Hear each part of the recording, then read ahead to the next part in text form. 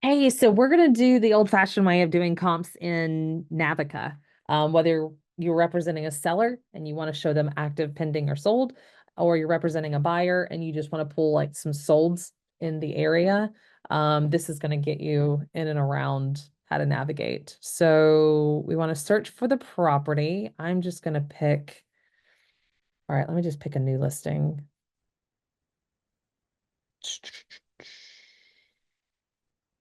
Victoria Woods, is that in a community of any kind? Um, let's see. That looks pretty. Does it exist? Or is it a new build? Nope, it exists. Ooh, that kitchen's not. Oh, that's nice. That's pretty. Okay, so we're going to use this as an example. I'm going to look at subdivision homestead at Sharp Top. So in moments like this, when they're in a community, you're like, yes, thank you. And we're going to check this out. There's going to be areas where they're not in a community of any kind, or nothing has sold in that community in the last 5 years. So in this case, let's start with this. So I'm going to go up here to search. I'm going to right click and open up a new tab. And I'm going to come over here to the subdivision copy so I can go up here. I want to go to residential. I'm going to search. I'm going to search. I want, maybe I'm writing an offer for a client. So I want solds. I don't want actives. I just want solds. I'm representing the buyer. I'm going to go ahead and scroll all the way to the bottom. And in this little section down here, selling info, I want closed. I want from closed from today. And I want to go back maybe to beginning of May. Okay. So that's my time frame. I'm going to scroll up to the very top again and subdivision. I'm going to type that in. Yep. I want to look at, see if there's any in that neighborhood that has closed in the last 2 months. Search. Nothing. Okay. All right. I'm going to scroll down here and do the dates. I'm going to clean this out. And I'm just going to go back 6 months. Start search. Nothing. Okay. All right, that's fine. That's fine. It's a great example, right? Great example. All right, I'm going to take this out. I'm going to clear this and I'm going to go back and we're going to get some details on this, right? Um, all right, this is Fountain Oaks Drive. So this is where I start writing things down. I'm like, okay, this is a 4-3 built in 2024. I don't know how new the neighborhood is. Ooh, perfect. Let's do this. Search area 5, sub 1. Area 5, sub 1. So that's the section of Union that it's in. All right. I want other properties that are at least 4. So like minimum of 4 bedrooms. What else we got? Built in 2024. So I probably don't want anything too old. So maybe 2020 to 2025. I want newer, maybe even 23. There's a lot of new construction. Let's see how many properties pop up that have closed in the last 6 months in this section. These 2 properties in these 2 neighborhoods, and they're listed for 800. This house is listed at 685. I call that a deal. No, but in all truthfulness and fairness, you want to go through. This is a 4-3. This is a 5-4. This one doesn't have square footage. Um, Interesting. So you're kind of looking through, okay, the kitchen's still pretty nice, still nice upgrades. Basement looks finished, has a view of something. I don't quite know what it is. That looks like a community house of some kind. What is that? I guess it's a community clubhouse. Yep. And then the next one, oh, that looks to be a little bit more in alignment with ours. Perfect. It's a 5-4. Square footage, above square footage is 3705. This one is 0. But at least it's 27. Okay. Maybe it doesn't have the basement finished out. Basement, none. Okay. And this one has a basement finished. Yeah, that's quite a difference. Okay. So that would explain a little bit of the 883. Um, oh, I like the little doodads up here. This is pretty. Nice.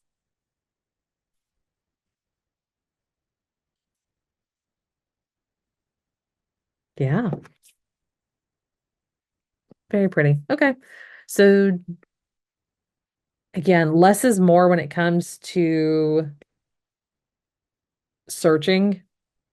Um, I will often use, thankfully with Navica, we have these areas and these sub areas because, of course, like if you think of Blue Ridge, the Aska area is going to be quite different from the um like the Mercier area, Highway 2 area, Cashiers Valley and or Cashiers Road kind of area.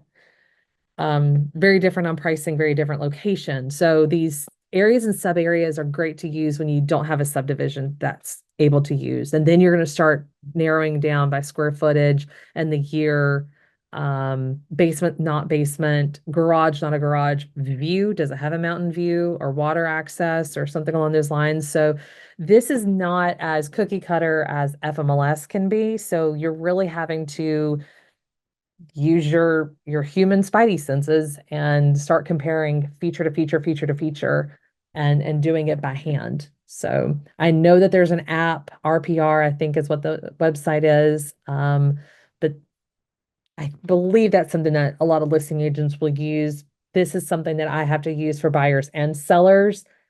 And this to me is so much faster, all the same platform, and you've just become that much more proficient with the MLS when you start to search. Now, when it comes to listings, I keep having to hit the back button, return to market activity. No, sorry. Um, Sold, right? So sold within that time frame. I might kick that out. I might clear that. Where's my clear button? So for like sellers, I want to show them what's on the market and under contract. I'll go up here and click active, active with a kick out pending so that I can tell it, hey, within, what did I have? I had it within a certain sub area, right? I want to send my clients actives, pendings, and solds, and I break that down on a comps sheet. So I hit start search. So everything within that area. Ooh, only three. Wait. That doesn't make sense. Oh, okay. I said bedroom four. Sorry. Yeah. Okay. Like I know my subject property has four bedrooms, three baths, so I'll just do a 4-3. Um, oh, and then year built. I had that in there as well. So that's what I'm about to list. So that's all that I want to see in that sub area. Okay, that makes sense. As you can see, the more information you get, the less you get. So that's why you want to start with less is more, and then we narrow it down. So I would pull this information up when I present it over to my clients. I also like return to results. I can click on this button here. I can click on view up here, and then I can hit email. And I don't necessarily want to, I have my comps email that I will send out. And so I want to give them virtual link access. If it's my buyers, I want to send them all the documents. If it's my sellers, they don't need that. They just want public residential, or maybe they want um public uh public residential prospect or buyer residential handout. Um MLS residential, like so if I'm sending it to myself, I want the MLS so I can see behind the scenes notes if I'm sending them to my clients. I might just do residential buyer handout with additional photos. There you go. And did you know that this preview, this link down here, Ah, you got to do it fast. Nope.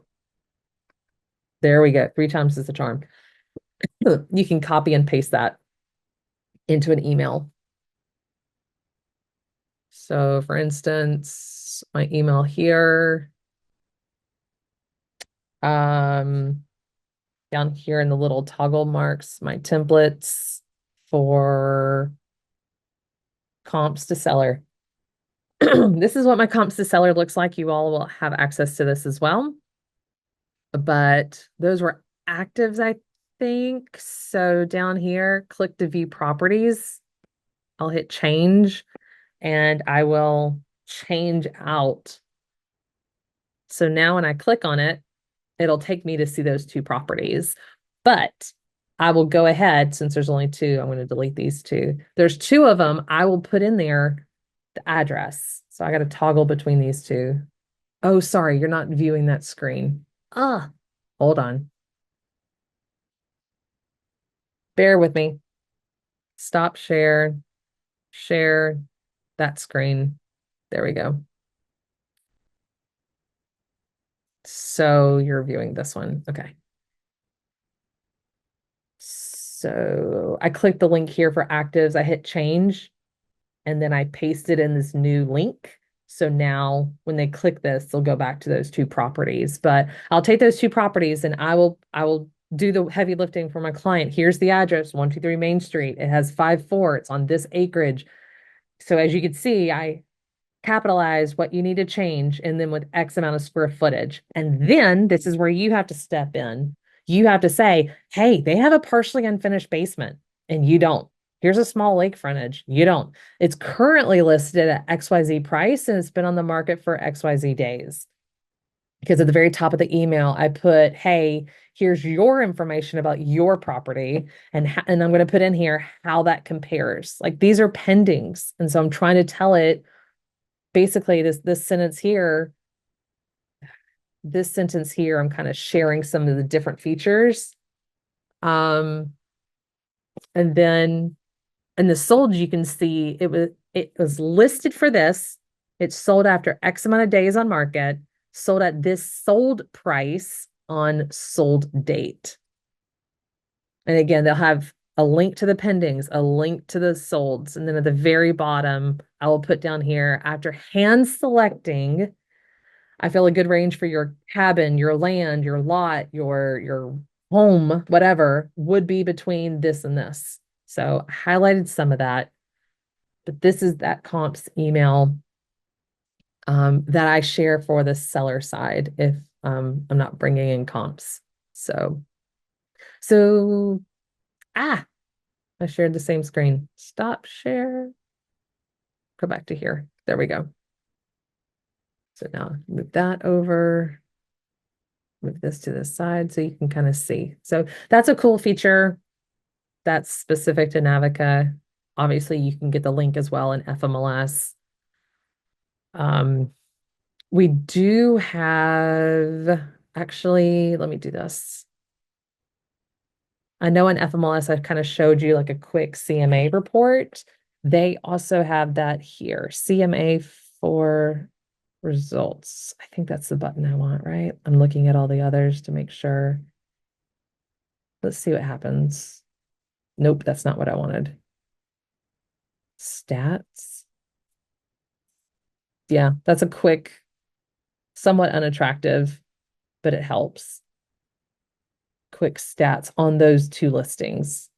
So on average here, original list price, total, cumulative days on market, square footage, on average sales price 171.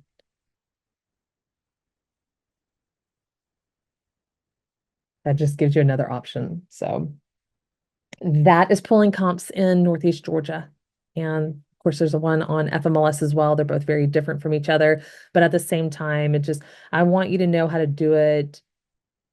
I want you to know how to do long division the long division way, because yes, there are definitely certain ways to do it the easy route. But it's good for you to know how to do it the long division way. I hope this helps.